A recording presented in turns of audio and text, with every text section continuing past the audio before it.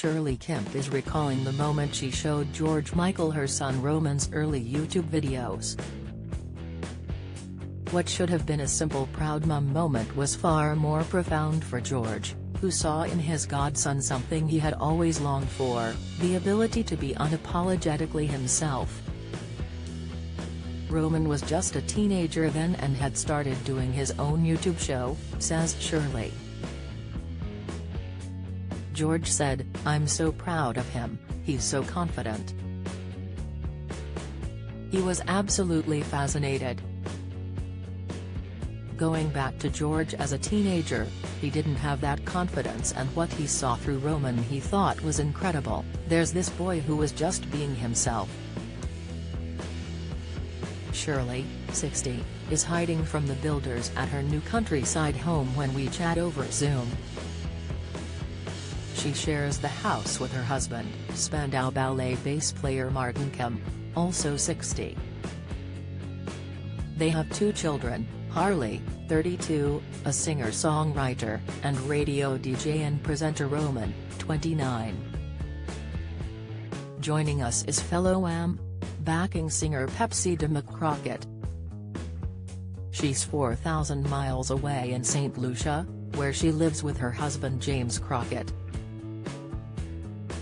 The 63-year-old, born Helen de Mc, runs a sailing charter company and is also writing a novel. Even via video link, the pair's 40-year friendship is a joy to witness. The epitome of 1980s pop, Pepsi and Shirley traveled the world as backing singers and dancers for Wham! Between 1982 and 1986. After the band split, they released their debut album All Right Now as a duo and have since recorded backing vocals for Jerry Horner.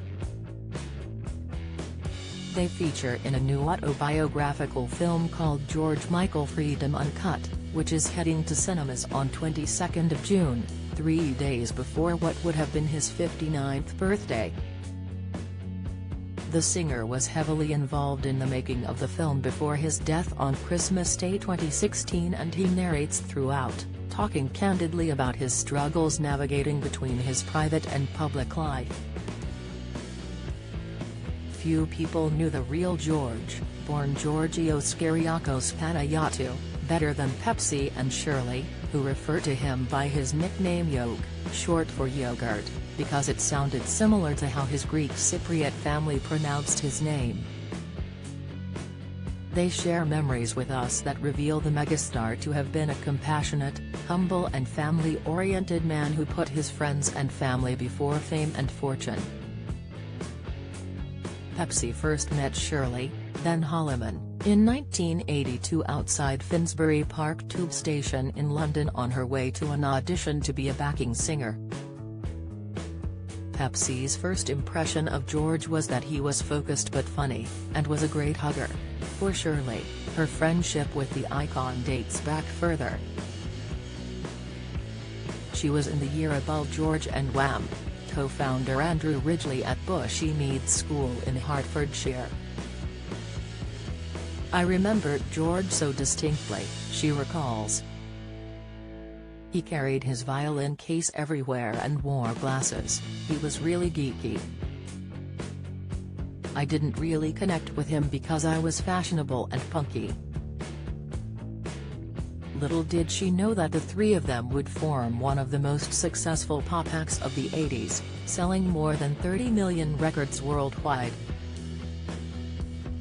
Nor did she know that her friendship with George would grow so deep that she would be the first person he'd confide in about being gay.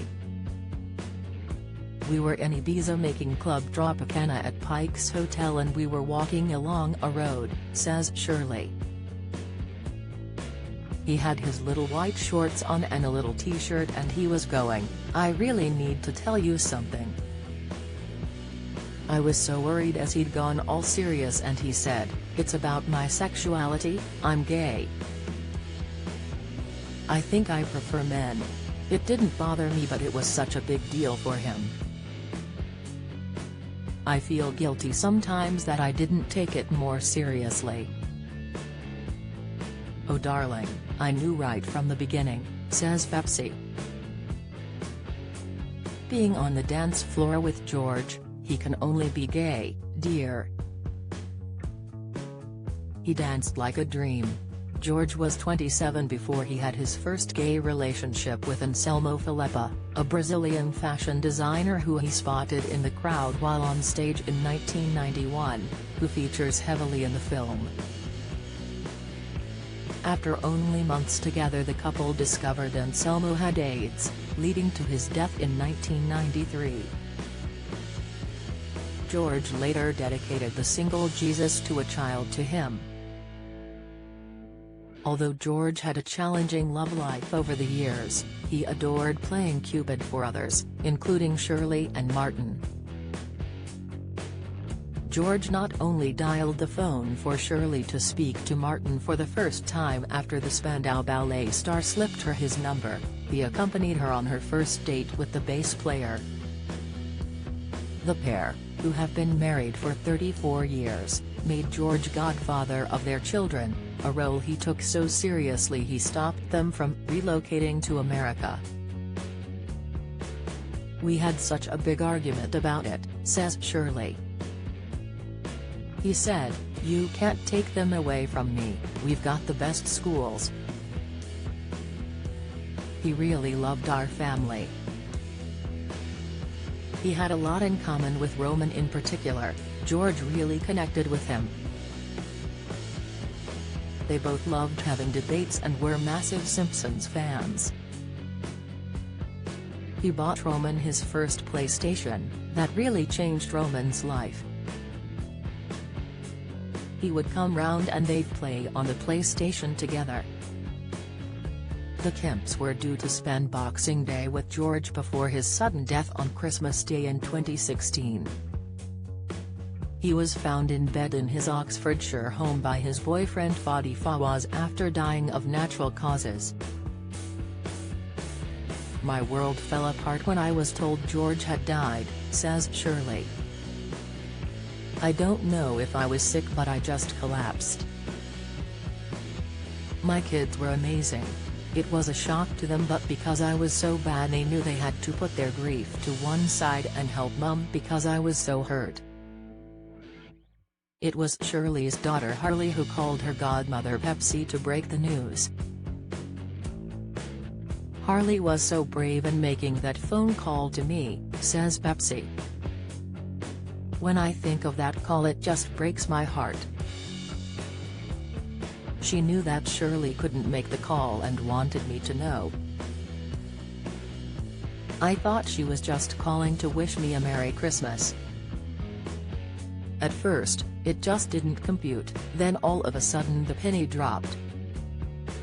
It was almost like a star went out and I just fell to my knees." 4 years after losing his godfather, Capital FM DJ Roman was devastated when friend and colleague Joe Lyons took his own life aged 31, and admitted to having felt suicidal himself. Roman has become an ambassador for mental health, something Shirley believes George conveyed through his music. "The great thing about George was he was articulate," says Shirley. "He could have been an amazing ambassador for mental health because he had the most beautiful way of talking about it. But he expressed those emotions through songwriting. That's what he's left. That's his talent. That's his legacy."